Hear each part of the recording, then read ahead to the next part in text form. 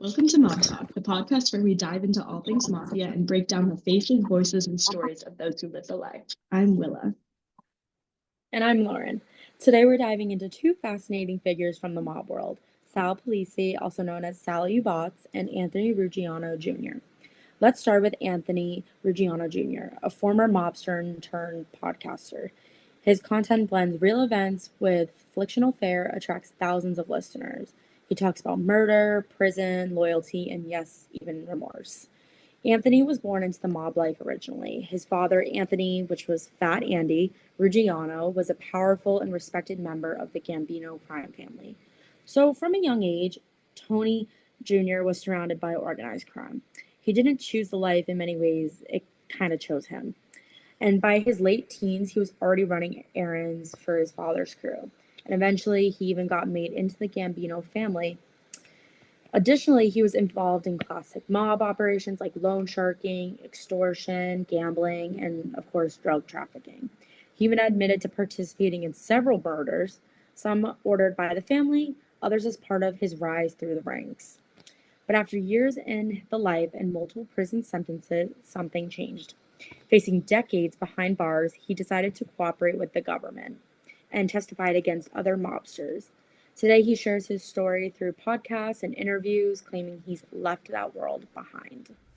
You know, I wound up doing 8 years and 3 months. But what happened was, while I was in prison, that time I said to myself, what am I doing? What am I doing? I'm back in jail again, and in 1999, my father got out in '97 while I was incarcerated, and he comes to visit me in Elmira. I was in Elmira State Prison. He comes to visit me, and he's my brother, and he tells me, I'm opening up, I'm going partners with these guys in Philadelphia. We're opening up a fruit and vegetable exchange. I said, fruit and vegetables? What are we going to do? What do we know about fruits and vegetables? He goes, no, I'm opening it up for you when you come home, because our life is all over. It's all over. I said, what are you talking about? He goes, we had two things going for us.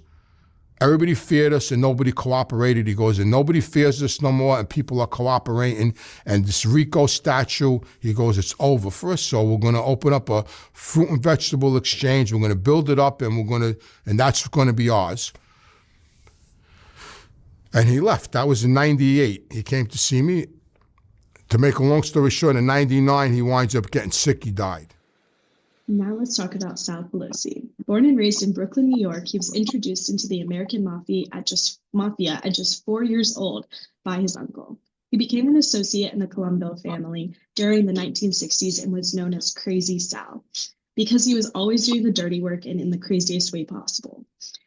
Later on, he started working for the Gambino family, and by the time he hit his late 20s, he was running the gambling operations and most mob hits throughout New York. He's played a big role in the day-to-day business of the family, someone who knew the ins and outs of how things worked. So, Willa, how did Polisi get out? When the mob scene turned toward drug trafficking, that's when Polisi wanted out. He didn't want any part of it, so he joined the witness protection program to avoid being booked. He ended up testifying in many mobster cases, including the infamous Gotti cases. Would you say Polisi is reformed? Yeah, in lots of ways. He moved to Los Angeles and became a screenplay writer and producer. One of his most notable projects is The Snatcher Club, a movie based on the 5 families of the New York Mafia. He said this career change was like a second chance at life. When was the point you started to become watered down and disillusioned by the Mafia? It was in jail in '74. But I didn't want to admit it to myself. I could see through all of this. I could see through the corruption. What really happened was I had met an old-time mob guy. He was a captain in the Gambino family, and he sort of tutored me and said, look, it's all changing. Get in, get out. And I didn't admit I was doing drugs to him. That was a no-no. Right. But he was a really nice guy. He left New York, went to Florida.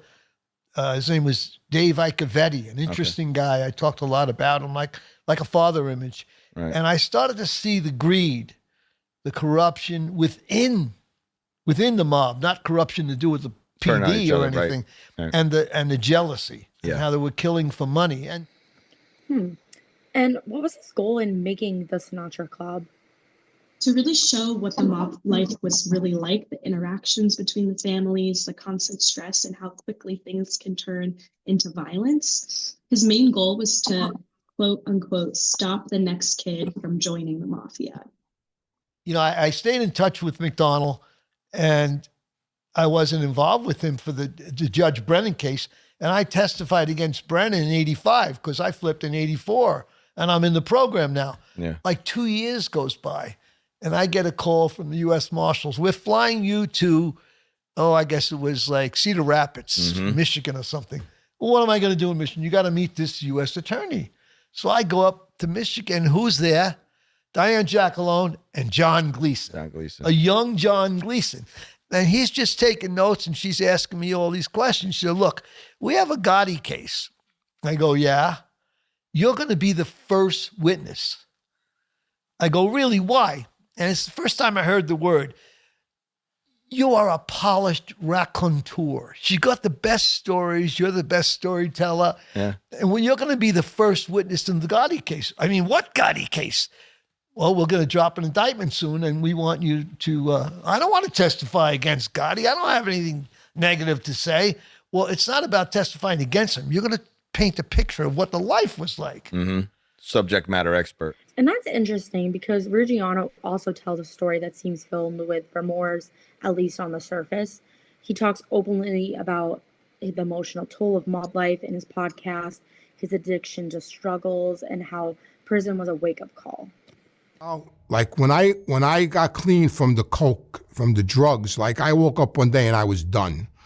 You know, like I looked in the mirror and like I don't know who was looking back at me. I was 140 pounds. I was 35 years old. I was 140 pounds. I was in a lot of pain, and I hit a bottom and I got clean. And that's sort of what happened with that lifestyle. I hit a bottom and like I just didn't want to do it anymore, you know. But I couldn't make the phone call. I would get the card out. And I would pick up the phone and I would see my father's face and I'd hang the phone up. And the next day I'd do the same thing. And I mean, and I kept on doing that. I'd pick up the phone to call the FBI and I would get nervous and I would hang it up. And this went on for like almost a year. I just couldn't do it. And I would stay up at night and I was just stressed out. But here's where things get murky. Some of these pod fathers present themselves as genuine, but then slip into a tone that feels unapologetic, almost nostalgic of their old life. So are they reformed men or just good storytellers capitalizing on a dark past? And maybe it's both. Maybe they're not fully reformed. Maybe there's a mix of honest regret and dishonest framing, because redemption isn't always black and white, I'd say. So are guys like Anthony Ruggiano Jr. truly seeking redemption or just branding for clicks and cash? Here's the truth. I think truth for Morse isn't measured in podcast views or book deals. It's measured in quiet actions, in what you give back without expecting any applause. What advice would you give to someone who is in recovery and they've slipped? Keep coming back. And you know, unfortunately, relapses is part of the process. I relapsed 3 times my first year, you know, and I went right back. All 3 times I went right back until I got it. You know, that's why at every meeting in every 12-step group around the world, right now at this moment, every meeting around the world in every language ends with keep coming back. It works if you work it. And that's what it is. You got to keep coming back, and eventually you'll get it when you want it. That's true, because at the end of the day, redemption isn't a performance. It's a process, and only time, not a mic, will tell who really is genuine and who's telling a really good story. Well, I guess that's it for this week's episode of Mob Talk. Thanks for listening. We'll be back next time with more voices from the underworld. Until then, stay curious and stay sharp.